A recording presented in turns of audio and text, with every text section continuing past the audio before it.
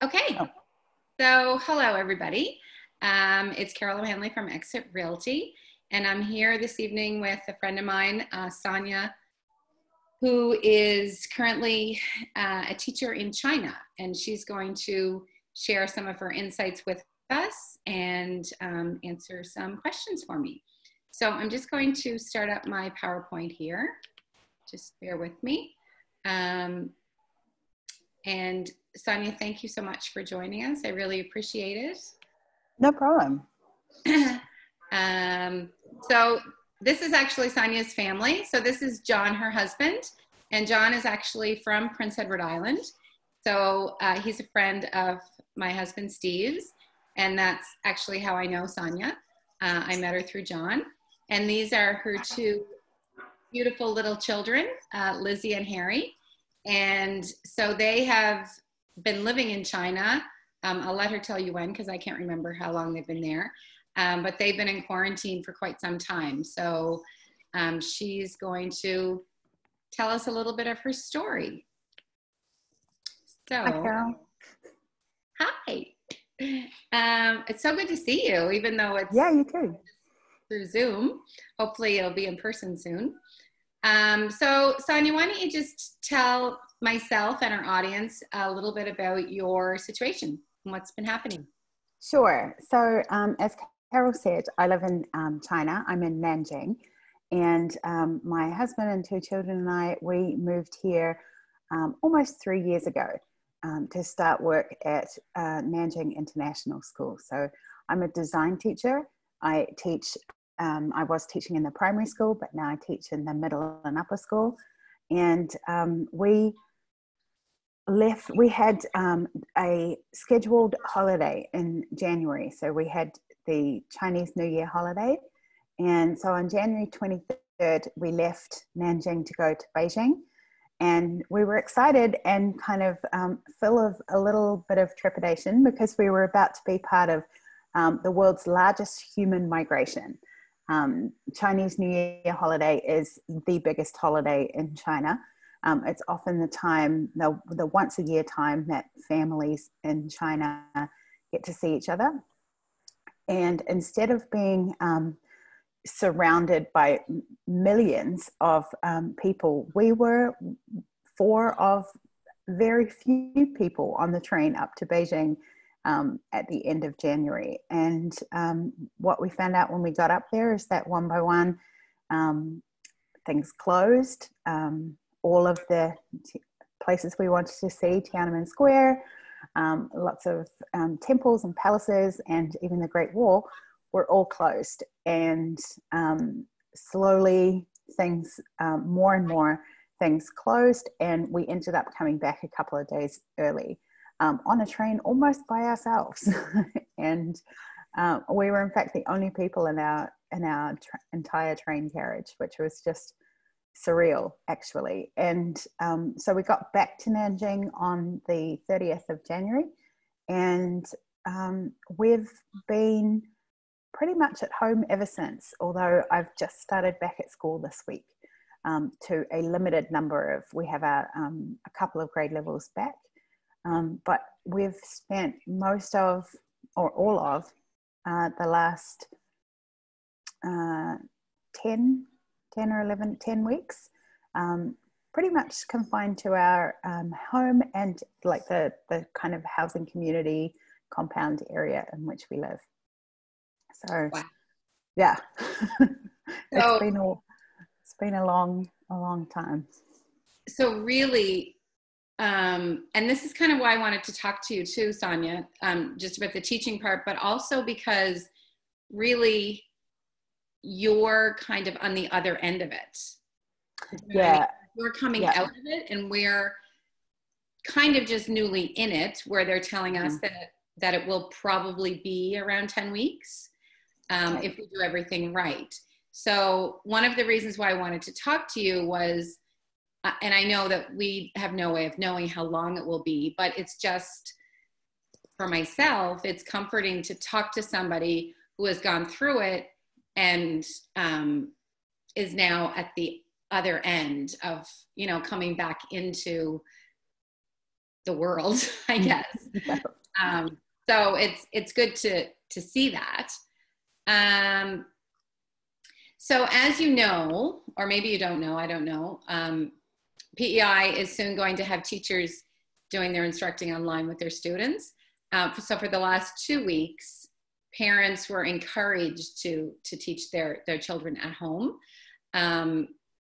It wasn't mandatory. It was definitely optional, but some parents did attempt to do it. But now that the teachers are doing it, and now that the teachers are taking the lead starting on Monday, do you have any tips for parents in how we can help the teachers with this new phase of teaching that they're going to be taking on?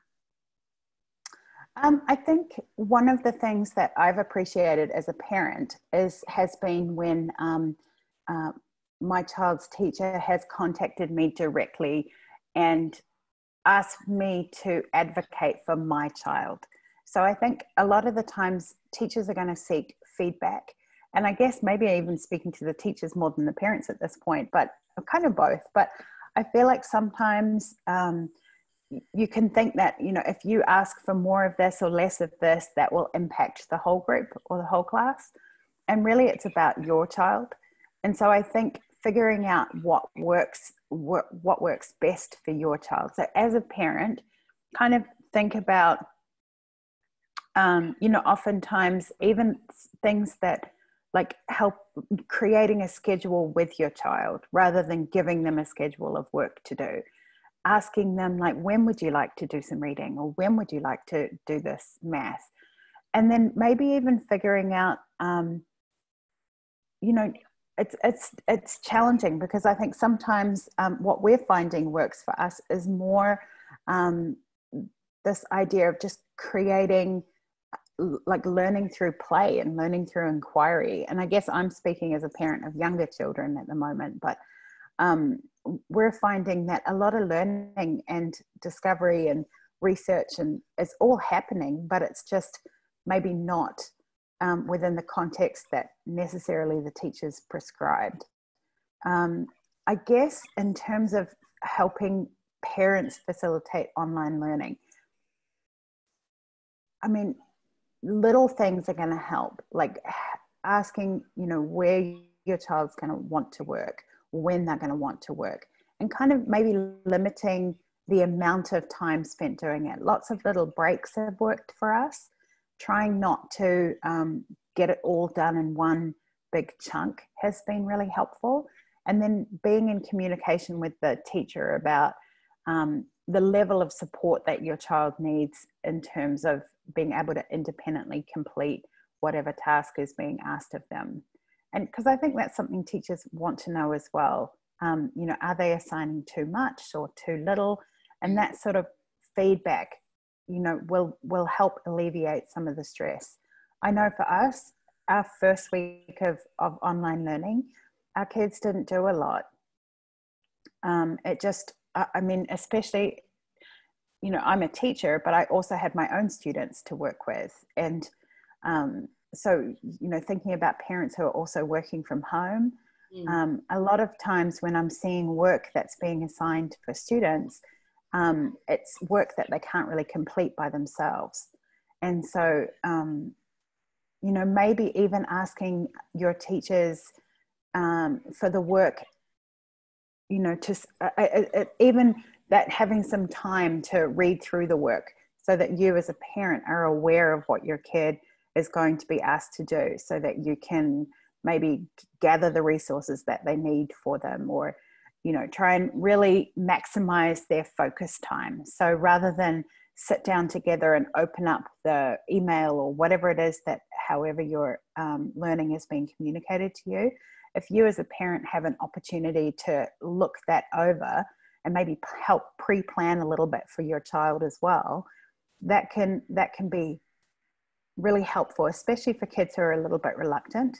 Because any opportunity, if you're like, oh, whoops, I have to go and find 10 coins for this activity or whatever, that's just one more opportunity to delay the learning on the behalf of the child too. So just maybe trying to balance it out a little bit is probably the best advice I can give. Okay. Yeah, that makes sense. That makes sense. I know that when I was doing the learning with my son Jack, who's 11, originally we had planned for a 2-hour session in the morning, and I mean the first day we were like, that's too long. So we split it up, like just an hour in the morning and an hour in the afternoon, and it worked so much better. And did totally different things, like in the morning and the afternoon. So, and he focused a lot more. So that was helpful. It's kind of like trial and error, and I'm sure it's going to be for the teachers as well, because this is new for our teachers. So, and I know that Jack has a really good teacher, and I know she'll be open to communicating, what we might need or whatever. So yeah, those were really good tips. What have you found the most challenging about having your own children learning from home? And I know your children, how old are Lizzie and Harry? Almost 4 and almost 7. They both turn 4 and 7 next month. Yeah. Okay. The most challenging thing about having my own kids learning from home, I think it's just for us, it was more, well, with Harrison, his learning is largely play-based anyway. And so what we were finding is that he is just a champion at going ahead and figuring things out. And what we've noticed is that if we, we'll set up an activity, maybe some painting or some Play-Doh or something like that, and and just providing that as a space where he can come to, and just having that all set up and ready for him to go to, has been something that he's interested in doing. He's mostly interested in playing with his sister. And so we've been in contact with his teacher. We look at, she's wonderful. She sends out a lot of really neat provocations to get him thinking about things. And often we just take a look at what she's suggesting the kids do, and we sort of modify it based on what Harry might be interested in. So that hasn't been so challenging. With Elizabeth, she's in grade 1, and really we've just tried to continue to focus on things like reading, and we've had her again like try and attend to some of the activities that we've been doing. But I think one of the things we've done well is that we're open to I've seen a lot of posts where people are like, I'm going to make this schedule and we're going to follow the schedule. And like you were saying with Jack, it's okay if that schedule works for one day and then the next day you need a completely different schedule. And so I just think that like maintaining a really flexible mindset about how things are going to go is probably helps make it less challenging. If you have a really fixed idea in your head, like, okay, my kids are going to do 4 hours of learning and they're going to sit in this space and they're going to totally nail it out, that might work for the first day, but it might completely backfire the next day. And I think just waking up each morning and figuring out together what today's going to look like has probably helped us alleviate challenges. But I mean, I think also for me, being okay with like a little more screen time. There are times when I have to be online with my students, and finding that balance between like respecting my students and the job that I have to do, but also respecting my own kids and not like pushing them off to the side. So kind of there's a lot of balance and a lot of just asking people to be kind of mindful that this is an unprecedented situation and that none of us know really what we're doing. No one's, we haven't lived through this before. And so we're all just learning, and just having a bit of patience with each other has probably been, the most helpful for us. And I think too, it's like, it's so individual. It's so individual for every family, for every child. for every day. Like the same child could have a different kind of a day. You know, there was one day this week where Jack, you know, he was just really tired. And I said, well, why don't we just go on my bed and snuggle and read a book then? Like it just, I feel like people need to just follow their day. Yeah. And not feel guilty about maybe their expectations weren't met for that particular day. Yeah, for sure. And I think we've absolutely done that. We've been lucky in our little neighborhood. We have another grade one, another family with a grade one student who lives a couple of doors down, and we've all been through like 14 days of isolation, and that family has actually been in Nanjing the same amount of time as we have. So we're free to interact with that family. And so Lizzie and their son will often, we often alternate. So their son will come to our house on Monday, Lizzie goes to their house on Tuesday, so on and so on.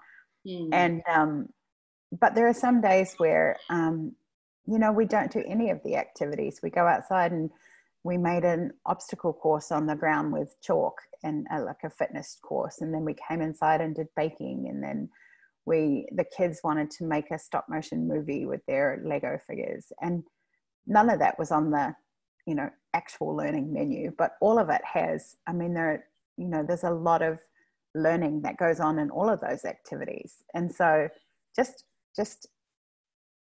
yeah, like it's kind of like reading the day. There are some days when you get the feeling like sitting down and doing a little quiet schoolwork is just what my child needs today. And then other days it's like, this is going to be an uphill battle. And I feel like that's the thing. Like if you find yourself in that situation where you and the child are both, you know, struggling against this thing, then just put it down for a minute. Yeah. Yeah.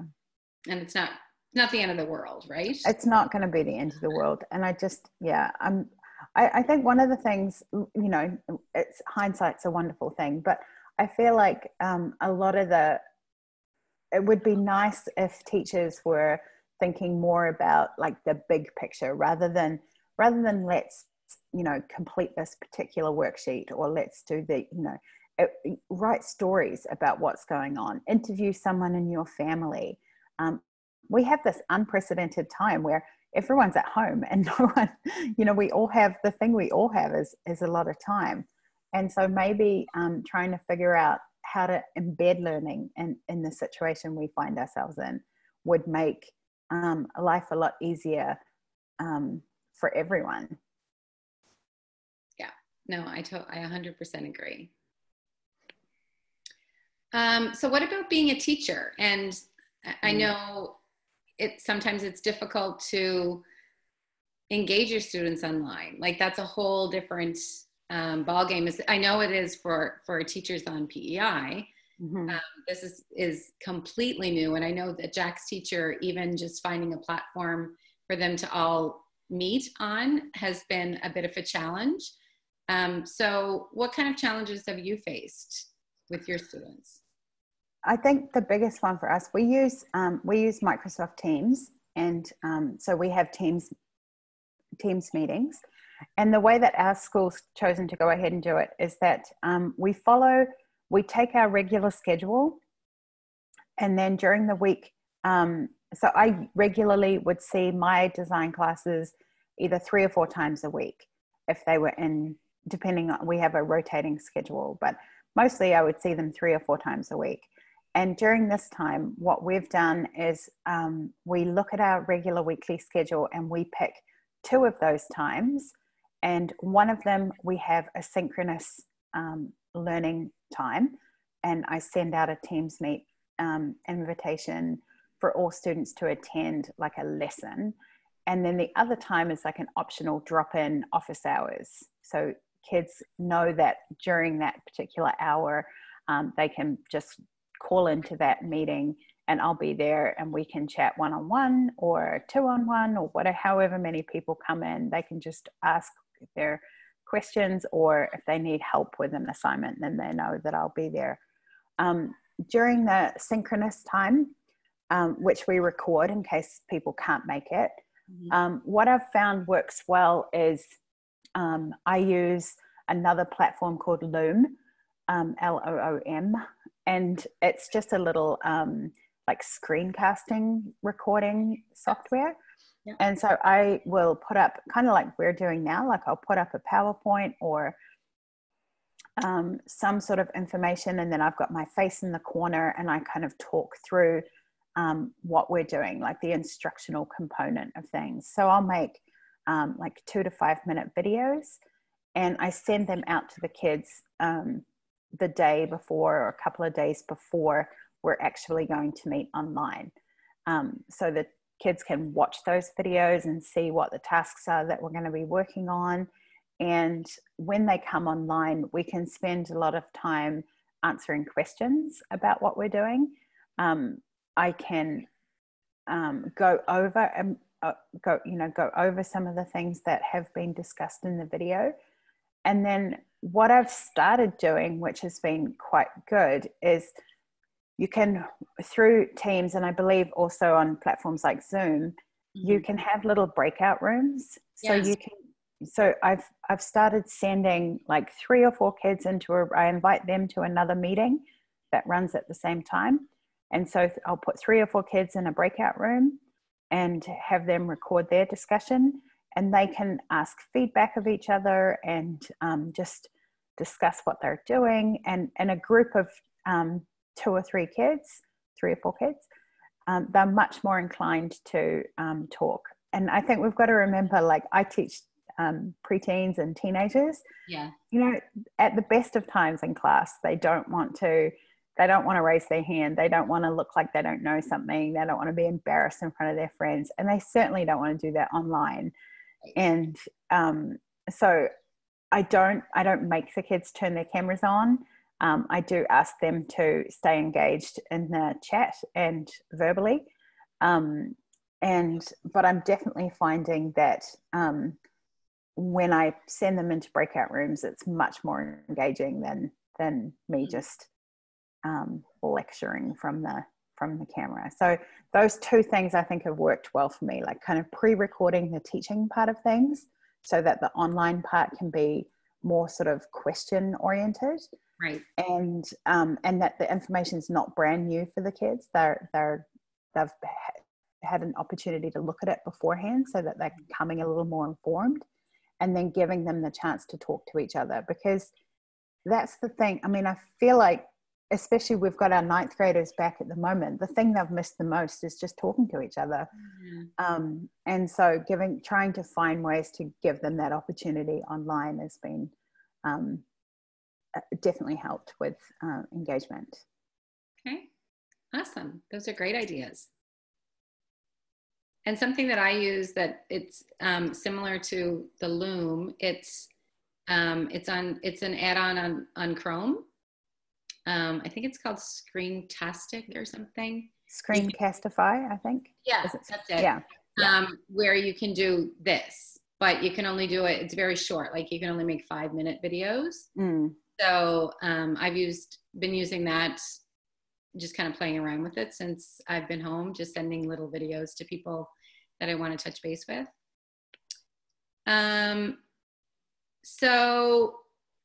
Sorry. Surprise. So what advice would you give Islanders in general? Because we are now, I think, entering, I feel like as of today, which is April 2nd, there's only 21 cases on PEI. So we haven't hit, the bulk of this pandemic yet. Is there any kind of advice that you can give us as we enter into the thick of things? I think the thing that we found, we had a lot of decision-making components. And I think because we were right at the beginning of it, we had no clue as to how long it was going to last.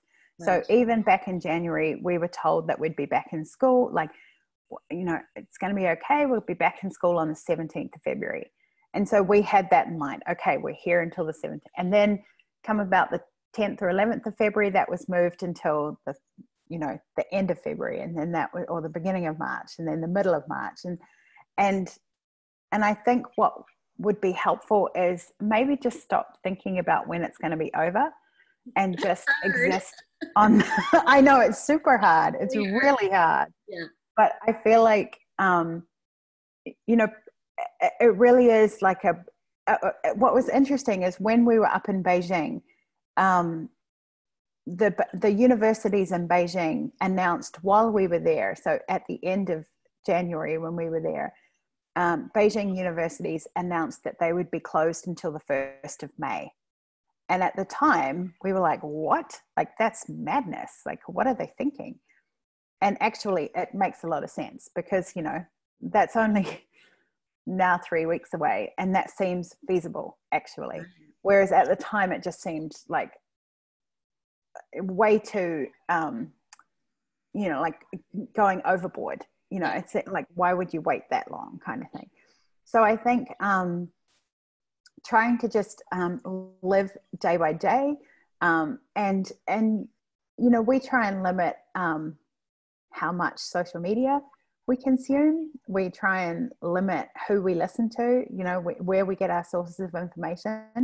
It builds anxiety, which, you know, we don't need. So we try and limit our the sources of information to things like the WHO, or, you know, rather than maybe bloggers or other just notifications that we get on social media. And you know, we definitely still try and keep in touch with our friends who are not in Nanjing, and our friends who are in Nanjing. So we make it a point to kind of check in on people.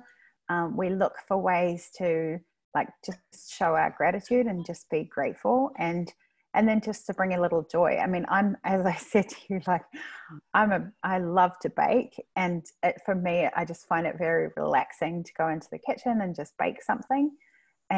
But it also means we have a lot of baked goods in our house.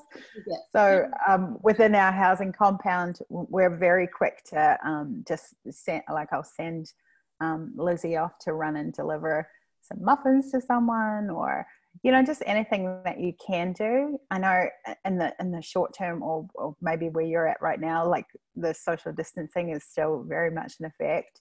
But I don't know, we just look for ways to just enjoy the moment. I was talking with a colleague this morning, you know, we've been 5 days back at work and it's exhausting. And we now are looking back to those days of sitting out in the garden with the kids, and we just think, you know, it's a really lovely time to spend that time with your family, even under the situation, you know, under the circumstances we find ourselves in. But it goes really quickly. I know that's hard to believe, and if you'd told me that 2 weeks into it, I wouldn't have believed you either. It felt like forever. But looking back now, I mean, I've been taking, you know, we take a lot of photos, and even looking back on some of the photos from the beginning of February, it just seems like such a long time ago. And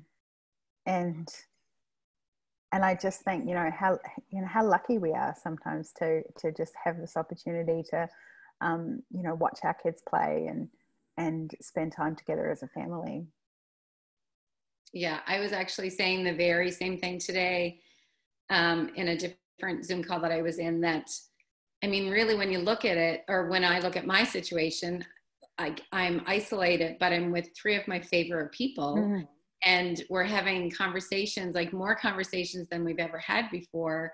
We're spending so much quality family time together that, you know, we never did before. So I can see how I will look back on this and think that was a really, really special time. Mm-hmm. And I think that we all need to pay more attention to those parts of it. I know not everyone is as lucky as we are, that we have a family. Do you know what I mean? Like I am separated from some of my family. But we have had really good times, and I know that we'll have more to come. So, but yeah, I think it is good to hear your side, because even just hearing that, you know, now that you're back into your work and now you're looking back and thinking that you wish that you could keep doing that. So we're in that now. So I think it's important for us to really cherish these times. And yeah, I think there's also a lot of like it's funny to even think about it, but I'm sure, you know, in the beginning when we started thinking, okay, we're going to be at home for a while, we had ideas of all these projects and things we'd get done, the rooms we would clean, and the you know, the items we would sort out, and how fit we would get and all these things. But I think it's also important to remember, and you and I have talked about this as well, we've found like just taking it day by day is just the best advice. Because, you know, if you wake up and you feel like you can do 3 yoga workouts and make, you know, a fantastically healthy menu, then great. And if you wake up the next day and you just want to stay in bed and watch TV and eat chocolate, have at that as well. I think more so than any other time, we've found that you know, the good days, the bad days, like they'll come and go. And the nice part for us has been that usually it's just a day or a half a day, and then the next day is completely different, and you've got a different perspective and a different outlook. And I think some of the time it can help to, you know, like you've said, we're really lucky, and we feel very lucky here in China too, to be, you know, we're in a city of 8.5 million people, and only 93 cases of COVID-19 have been present here. Right. And so we just feel we're in this really safe situation. We have access to, you know, great food deliveries, and our community, like our school community is right here for us. And we know that there are people who are not in that same situation. So just like maintaining that sense of gratitude for what we have, and then also maybe trying to think about what we can be doing for people who are not as fortunate. Right. Even if that's, you know, even, and I often think too, like sometimes I have to convince myself or force myself to make contact with other people. And some of the times you have to think, you know, it's not necessarily doing it for yourself, but doing it for other people. And, you know, it's another thing to have to do to put yourself out there and have a conversation with people, but it might be the thing that makes their day as well. So trying to think of other people has been something that I feel has made it less difficult in this situation. Mm-hmm. And that's something that Islanders are really good at doing. So yeah. I think they'll definitely, people are already doing it all around, but just to keep that in mind and to continue to do that. Yeah. I mean, just simply, I was reading your post too, just simply asking people how they are, like, and I feel like that, you know, it's been mentioned a couple of times as more people have moved into what's been known as social distancing, to talk about it as less about social distancing and more about physical distancing. Yes. You know, you can physically be apart from people, but you can still maintain that social, you know, nothing says you don't have to ask your supermarket checkout person how they're doing, or, you know, like just remembering that we're all kind of in it together, and that everyone is doing the best that they can, I think is good advice. Yeah. No, I totally agree. Oh, well, thank you so much, Sonya, for doing this. I really, really appreciate it. I know that you're busy with your schooling and all of that stuff, but I hope that this will be helpful to Islanders as we move through this time. And hopefully you guys will get here in the summer. Yep, that's the plan. We're rooting for PEI. We really hope that everyone in PEI, we have to do what we're supposed to do so Sonya and her family can come visit in the summertime. So she's counting to do the I'm counting on you. I'm counting on you, PEI. I've got my eye on my annual visit to the Point Prim Charter House. And also, I'm going to put, when we post this on our Facebook page, I'm going to put a link in the comments with your blog so that people can blog as well. So I just want to thank you. This has been wonderful, and there's our faces. It was really good to see you, Sonya. Yeah, and actually, this is, so for me, it's Thursday night, and for Sonya, it's Friday morning, which is really interesting. So yeah, it was kind of a challenge to figure out when we could do this, but this worked really well. So, so yeah, thank you again. And maybe we can do this again sometime and just. Yeah, I'd love to see how it's, yeah, we'll just catch up. And we could get maybe our kids involved, although I don't know how that could happen because there's such a time difference. So anyway, we'll figure something out. So thank you so much. No problem. I'm going to sign off for now. And if you have any questions or anything, you can, not you, Sonya, but if anyone has any questions for Sonya, you can contact me and I'll pass them on to Sonya and we'll try to answer them. Or if you have any well wishes or thank yous or whatever, I'll take that too and pass them on. Okay, so I'm going to stop recording. So goodbye, everyone at Exit Realty. Bye. And